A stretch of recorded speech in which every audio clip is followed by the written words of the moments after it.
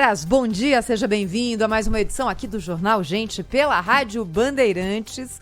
Hoje, 28 de dezembro de 2022, com chuva que nesse momento atinge a maior parte do Brasil e a expectativa de uma virada de ano chuvosa também na maior parte das capitais e das cidades brasileiras. Em Brasília, foco, é claro, na transição de governo e no fechamento do ministério do governo Lula.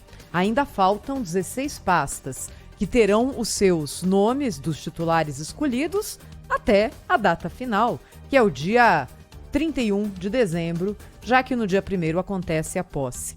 E aí ontem a grande sinalização que aconteceu, ainda sem uma declaração partindo da boca da própria Simone Tebet, mas já com articuladores indicando que ela sim aceitou a proposta que foi feita para o Ministério do Planejamento, nós temos mais uma pasta ocupada.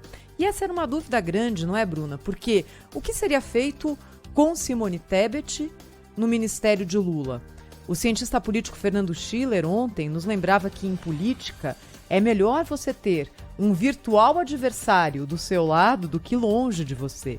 E é claro que Simone Tebet, depois da eleição de 2022, se credenciou, de alguma forma, a ser candidata numa próxima eleição. Tem muita água para passar debaixo da ponte, é claro, mas o fato dela ter conseguido viabilizar a própria candidatura na chamada terceira via, que tantas discussões e tão pouca harmonia reuniu durante a corrida eleitoral, já foi de alguma forma uma vitória.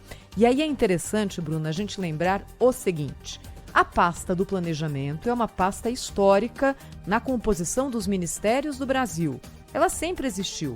O Ministério do Planejamento deve cuidar principalmente da execução do orçamento e olhar para frente. O Ministério da Fazenda deve cuidar das políticas ligadas à área econômica do dia a dia.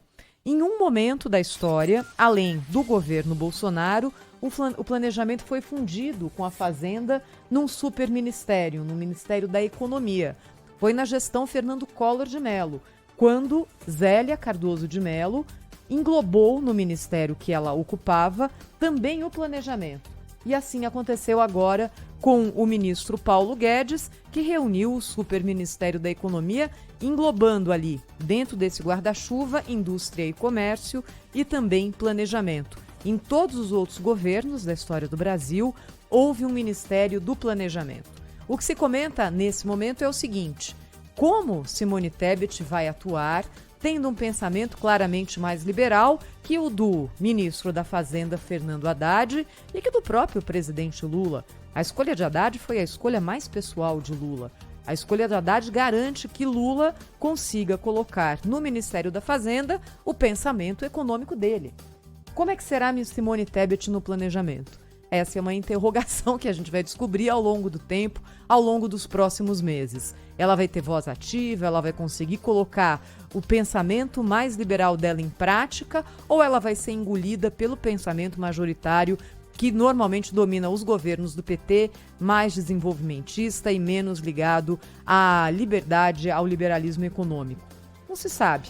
E eu queria lembrar aqui alguns momentos em que houve, sim, divergências entre o Ministério da Fazenda e o Ministério do Planejamento. O primeiro deles, gestão Fernando Henrique, Pedro Malan era o ministro da Fazenda, José Serra, Planejamento.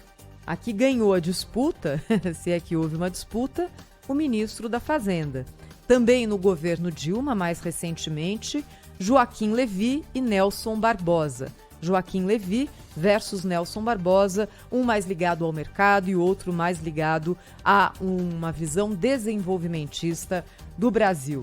Olha, no fim das contas, pelo que a gente vê aqui, a visão da Fazenda acaba sendo a predominante, até pelo tamanho do Ministério da Fazenda e a relevância da pasta versus a possibilidade de execução do Ministério do Planejamento. Estamos aqui ligados na Rádio Bandeirantes para acompanhar esses últimos dias da formação do gabinete ministerial de Lula, também acompanhar qual vai ser o quinhão de cada um dos partidos nesse ministério, já que até agora a maior parte, a imensa parte dos cargos está sendo ocupada por políticos ligados diretamente ao presidente Lula, principalmente aquelas funções mais ligadas à coordenação e ao coração do governo, ligadas a funções sociais, saúde, educação, foram todas escolhas pessoais e muitas ligadas a Lula. Agora, há uma entrega a ser feita, é claro, e que deve acontecer nos próximos dias.